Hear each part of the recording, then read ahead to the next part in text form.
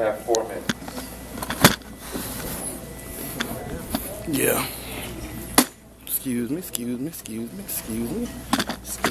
so sorry. Excuse me.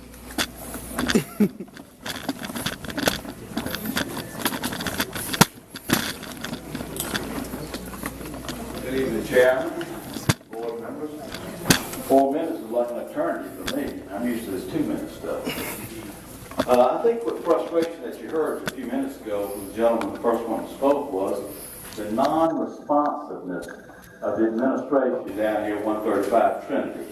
And it goes back to years at 210 Prior Street. Atlanta is known for being non-responsive to the people of the community and to the employees. Whether the employees are teachers, whether they work in the carpenter shop, whether they're bus drivers, just non-responsive. I said many years ago, when Willie Golden was in charge of grievances, and I forget who the superintendent, I go back so many superintendents ago, it might have been Canada, or it could have been J. Jerome Harris.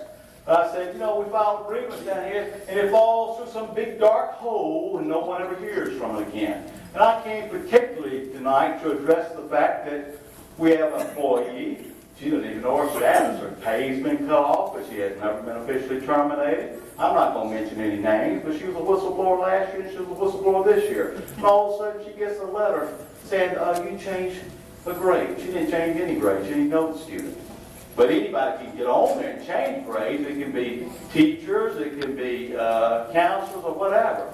In fact, we represented her the other day in an unemployment hearing, and she already got the results. They said they found no substantive evidence at all that she engaged in any kind of conduct inappropriately, or that she engaged in changing the grade, because one principal, who may have had it out for, made one statement, said on January 22nd, you changed the grade. She didn't know what they're talking about. She's had nothing but exemplary evaluations through the years of Atlanta Public Schools. And guess what? She has a right to a civil service hearing in Atlanta. And she's requested in writing. And she said she wants to have the hearing. And guess what? It's that same non-responsive stuff that you gave this gentleman who spoke a while ago. Nothing's changed in Atlanta. Always, as APS stands for always pushing, and you know what I'm talking about. I ain't even going to say it. But y'all know what it stands for. I ain't got to say it. I ain't even got to spell it. But it's the same thing. I say it's the same, you know what, different superintendent, SSDS. It's the same old thing. You bring them in from West Texas, East Texas, Bluebonnet Hills of Texas, or the bluegrass part of Kentucky. It doesn't matter. Because they always act the same. They sit up there, they drink their crushed ice water, the board members, they get their color-coded school board minutes from the previous board minute, and it looks real good. I always said, for years I've said when I've come down here, it looks like you're on a cruise ship. You're up there drinking your umbrella-clad daiquiris, right? But down in the engine room, all kind of stuff going on, right? We know what's going on in schools. There's no discipline. But the teachers are blamed for everything. Everything the teachers are blamed for. But trying to get some support from the administration? Administration wants to sweep everything on the rug. Everything on the rug. You don't have any support for the classified employees.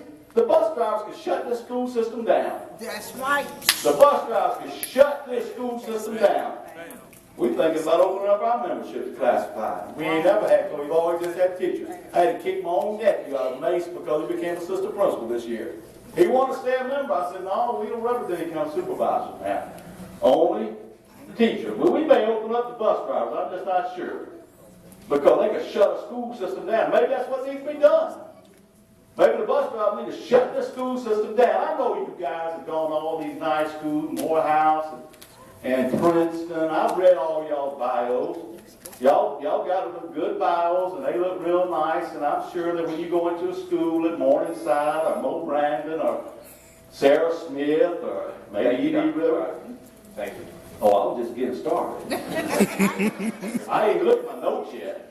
All right, I feel right at home, too. I have a natural bald head. I've seen a lot of bald-headed folks here. Look at the police officer right here. Look, both of them. Mine's natural now.